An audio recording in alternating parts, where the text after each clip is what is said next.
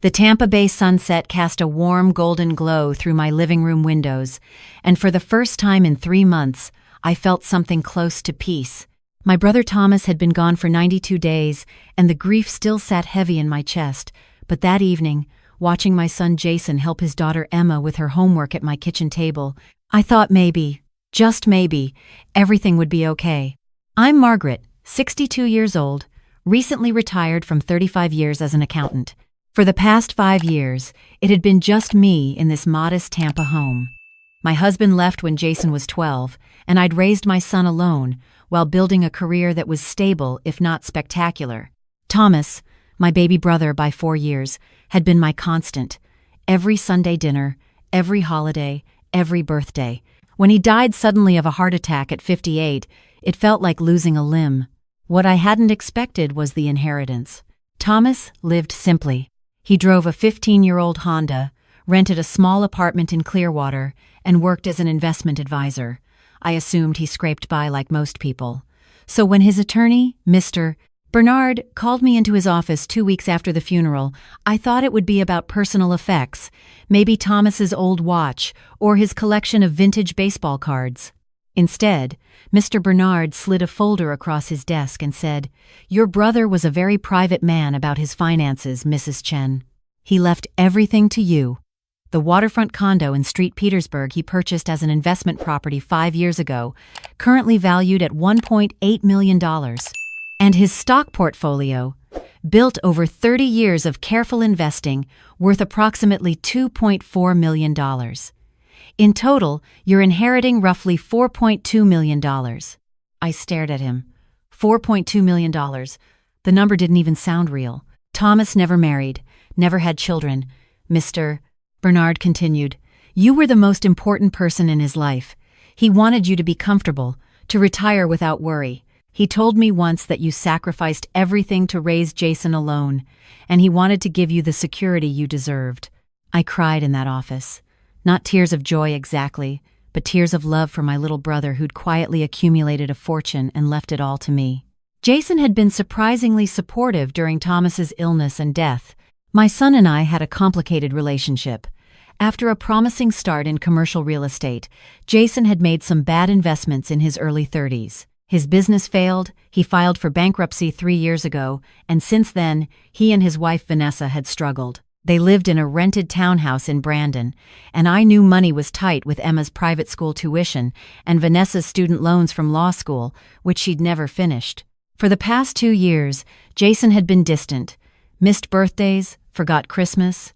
I'd see Emma maybe once every few months. It hurt, but I understood. Pride is a terrible thing when you're drowning financially and your mother is stable. But after Thomas died, something changed. Jason showed up at the funeral with genuine tears.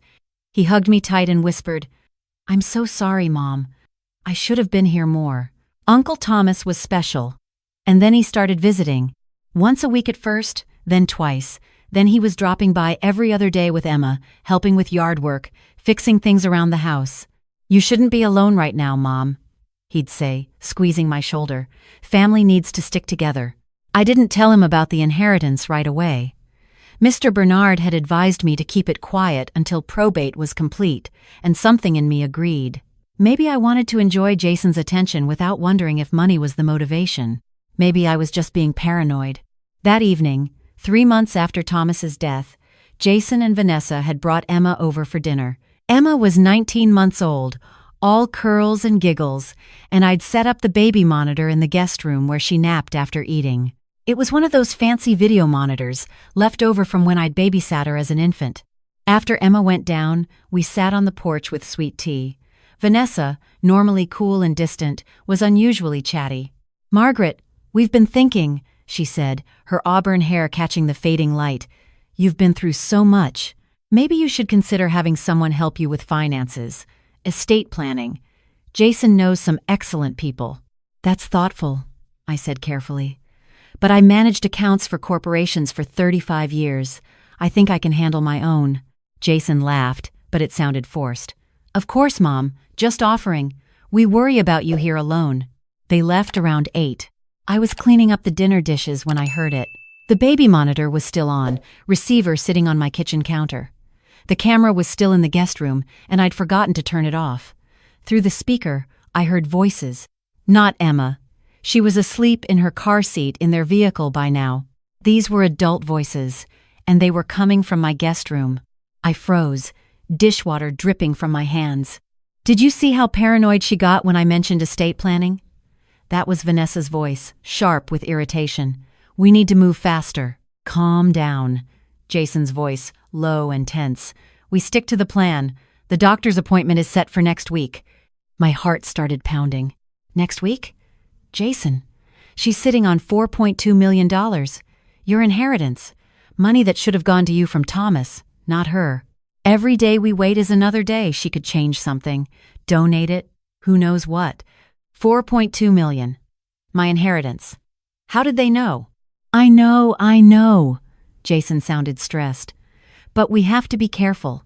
If we push too hard, she'll get suspicious. The prescriptions are already working.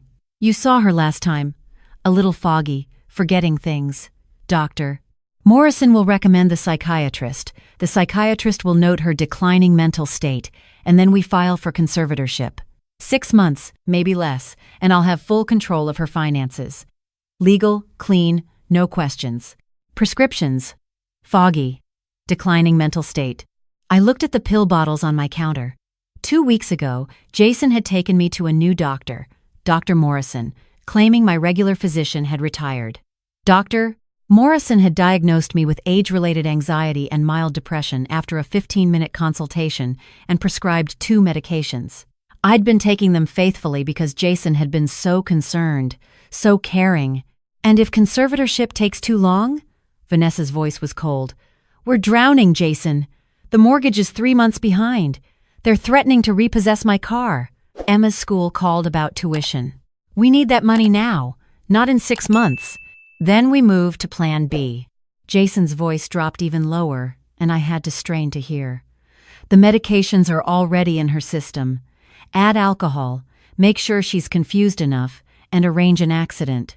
Elderly woman, depressed after her brother's death, mixing pills and alcohol, falls down the stairs. Tragic but believable. Either way, I inherit everything. I'm her only child. The glass I'd been holding slipped from my hand and shattered in the sink. They were going to kill me. My own son and his wife were planning to either declare me incompetent or murder me for Thomas's money. I heard movement on the monitor. What was that? Vanessa hissed. Probably Mom cleaning up. Come on, we need to go before she wonders why we're still here. I heard footsteps, then the front door closing. Through my window, I watched Jason's car pull away, red taillights disappearing down the street. My legs gave out. I slid down to the kitchen floor, sitting among the shards of broken glass, and tried to breathe. How long had this been planned? Since Thomas died? Since before? Had any of Jason's kindness been real, or was it all manipulation? And then the accountant in me, the part that had spent 3 decades tracking money and finding discrepancies, started asking questions. How did they know about the inheritance? The will hadn't been made public. Probate wasn't complete. I'd told no one except my attorney and my iPhone. 2 months ago, Jason had helped me upgrade to a new iPhone, setting everything up for me. Had he installed something? Cloned my data? Read my emails with Mr. Bernard's office? I forced myself to stand, avoiding the broken glass. My hands were shaking so badly I could barely dial, but I managed to call the one person I knew I could trust. Michael Chen speaking. Michael, it's Margaret. My voice cracked. I need your help. Something's happened. Michael Chen was Thomas's best friend since college and a private investigator. He'd spoken at the funeral, sharing stories about Thomas that made everyone laugh through their tears. Thomas had told me once, "If you ever need anything and I'm not around, call Michael. He's solid." 20 minutes later, Michael was sitting at my kitchen table, listening to my story. He was 55, gray at the temples, with the kind of steady calm that came from 20 years as a Marine before becoming a PI. "Do you still have the baby monitor footage?" he asked. I nodded, pulling up the app on my phone. The monitor stored the last 12 hours of video. There, on my screen, were Jason and Vanessa in my guest room, their conversation captured perfectly. Michael watched it twice, his expression growing darker. Margaret, this is attempted fraud at minimum, conspiracy to commit murder at worst. We need to go to the police. No. The word came out harder than I intended. Not yet. If we go now, it's just this one conversation. They'll claim it was a joke, taken out of context. We need more. I need to protect myself, and I need evidence that will actually stand up in court. Michael studied me. What are you thinking? I'm thinking I need to be very careful and very smart. Thomas left me this money so I could be secure. I'm not going to let them take it, and I'm not going to let them take my life. But I need help. Okay, Michael said slowly. First thing, we need to check your phone for spyware and get you secure devices. Then we document everything. And we need to make sure you're safe. That night, we found it. Spyware on my iPhone, installed through an app that looked like a harmless weather tracker. Every text, every call, every email, all being forwarded to an account in Jason's name. He'd been reading everything for 2 months. Michael set me up with a new phone, registered to his business address under a different name. We left the old phone active so Jason wouldn't know I'd discovered his surveillance, but I wouldn't use it for anything sensitive. The next morning, I flushed the medications Dr. Morrison had prescribed down the toilet and made an appointment with my actual doctor, Dr. Patricia Reeves, who hadn't retired at all. Dr. Reeves was furious when I showed her the prescriptions. Margaret, this dosage of benzodiazepines combined with this antidepressant would cause severe cognitive impairment in someone your age. Confusion, memory loss, poor coordination. Who prescribed this? A Dr. Morrison. My son took me there. Her face went cold. There's no Dr. Morrison registered in Tampa. This is a fraudulent prescription, and this is dangerous. We need to report this. Not yet, I said. Please, Patricia. I need time to handle this my way.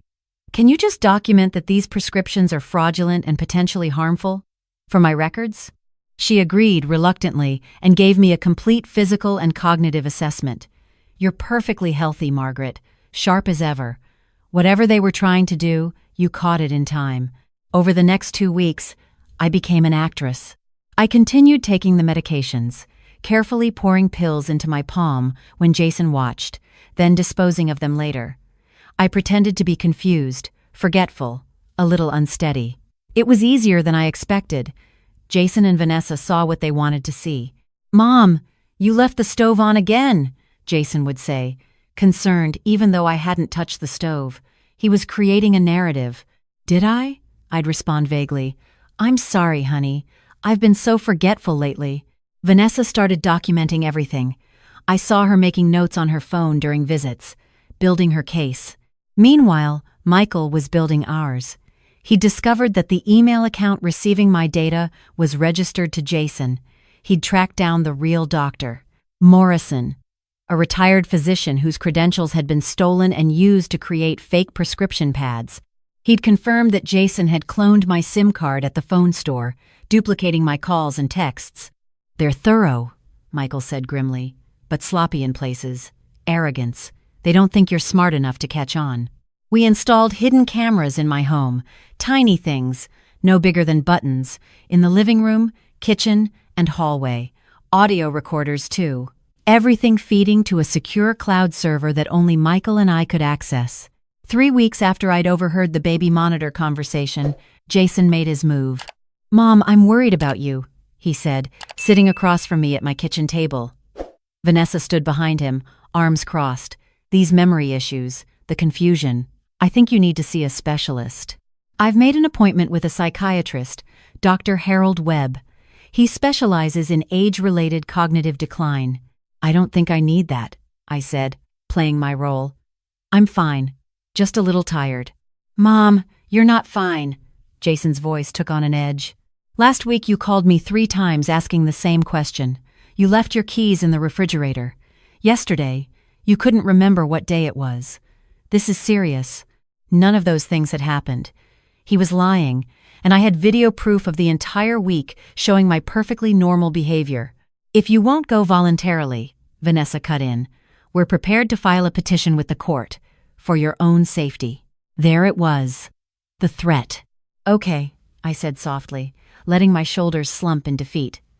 "I'll see the doctor. I don't want to be a burden." Jason's face flooded with relief.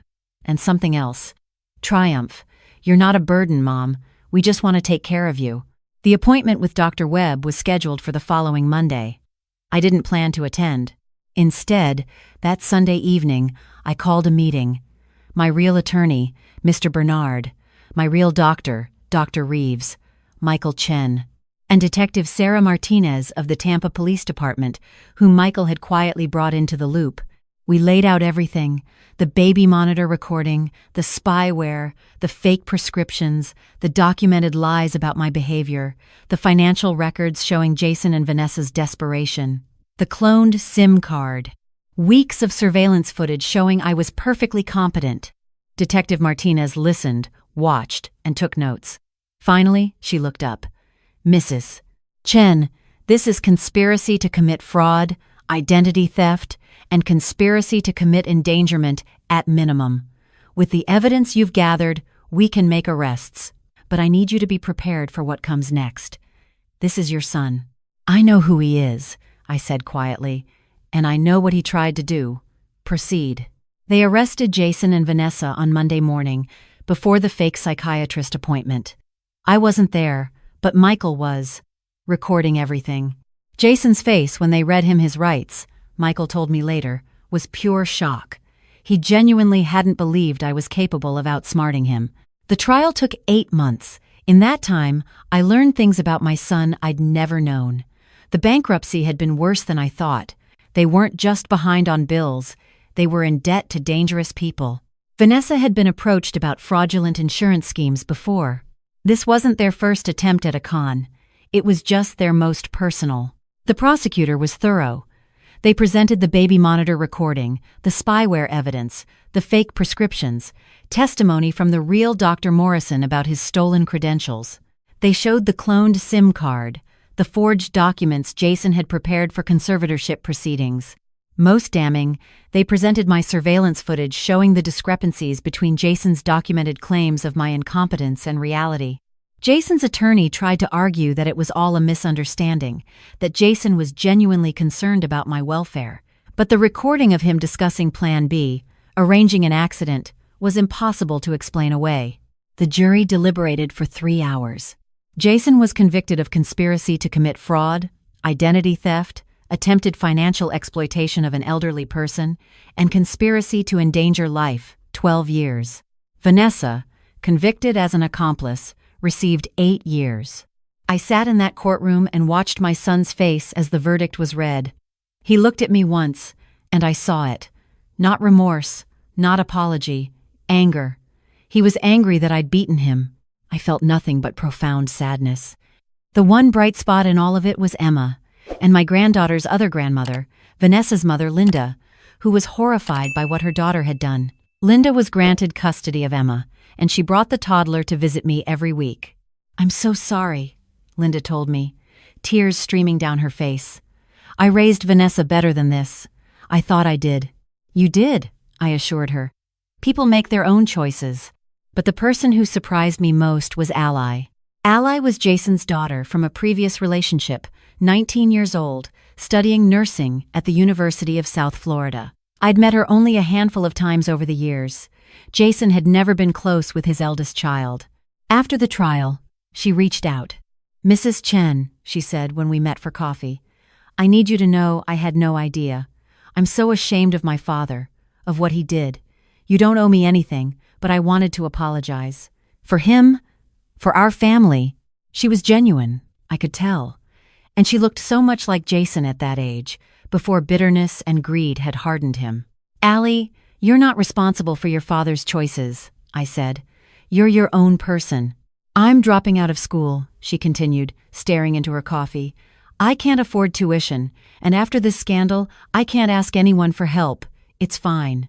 I'll work, save up, maybe go back someday." I thought of Thomas, of the money he'd left me so I could be secure. I thought of the values he'd taught me, about family and generosity, and not letting others' sins punish the innocent. "How much is your tuition?" I asked.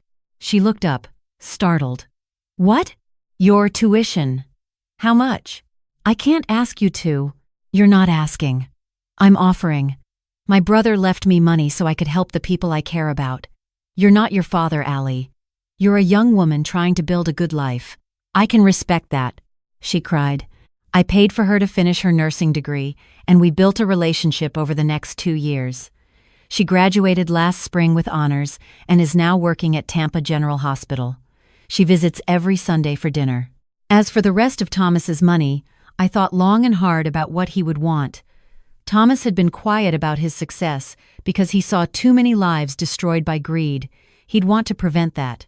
I established the Thomas Chen Memorial Fund for Elder Protection, a nonprofit that provides free legal services, private investigation support, and financial literacy education for elderly individuals at risk of financial exploitation. We've helped 43 people in 2 years. Some were being scammed by strangers, but heartbreakingly, many were being victimized by their own families. I kept the waterfront condo and sold my old house, moving to St. Petersburg, where I can watch the sunset over the bay every evening. I live comfortably on Thomas's stocks, and the principal continues to grow. Jason writes to me sometimes from prison. The first few letters were angry, accusatory. I was a terrible mother. I'd ruined his life. I should have just given him the money. I didn't respond to those. But about 6 months ago, the tone changed. He'd been in therapy, mandated by the prison. His letter was different. "Mom, I've had a lot of time to think. What I did was unforgivable. The therapy is helping me see how my failures, my pride, my resentment all twisted into something terrible. I know I can't fix this. I know I destroyed us. But I want you to know I'm finally seeing clearly. I'm ashamed. I'm sorry. Not because I got caught, but because I hurt you. You deserved better from me. You always did. I don't expect forgiveness. I just needed you to know." I read that letter 3 times. Then I wrote back, "Jason, I appreciate the apology. I believe you're sincere. Therapy is good. Keep going. What you did was unforgivable, and our relationship will never be what it was, or what I'd hoped it would be, but you're still my son. Work on being better. For yourself. For Emma. Maybe someday, when you've served your time and proved through actions, not just words, that you've changed, we can find some small way forward. Until then, I wish you growth and healing." That's all I could offer. I'm not sure it's forgiveness exactly. More like acknowledgement that people are complicated, and sometimes love and hurt exist in the same space. I'm 64 now. The sunset tonight is particularly beautiful, all purple and orange streaking across the water. I have a glass of wine, Thomas's favorite vintage, and I raise it to the sky. "Here's to you, little brother," I say softly. "You gave me more than money. You gave me the resources to save my own life. Thank you." The Thomas Chen Memorial Fund is hosting a fundraiser next week. Allie is bringing her new boyfriend. Linda is bringing Emma, who at 3.5 calls me Grandma Maggie and loves to collect shells on the beach. I've learned that family isn't always blood. It's the people who show up, who protect you, who celebrate your victories and mourn your losses. Michael Chen is family now. So is Patricia Reeves, who checks in on me monthly. So is Sarah Martinez, who stops by for coffee when she's in the neighborhood. And I've learned that survival isn't just about being alive. It's about choosing yourself when even your own child won't. It's about trusting your instincts when everyone says you're paranoid. It's about being smart, being strong, and refusing to be a victim. Thomas knew I had that strength in me. Maybe he always knew I'd need it. The sky darkens, stars beginning to emerge. Inside, I can hear my phone ringing. It's probably Ally, confirming Sunday dinner, or Michael, checking that I'm okay. I smile and head inside to answer. Life isn't perfect. The hurt of Jason's betrayal will probably never fully heal. But I'm safe. I'm secure. And I'm surrounded by people who truly care. That's more than enough. That's everything.